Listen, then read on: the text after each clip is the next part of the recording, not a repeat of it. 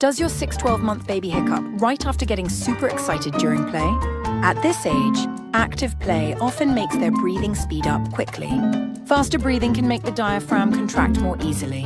Babies in this age range still have a very sensitive diaphragm. So after excited play, that sudden arousal can trigger small spasms.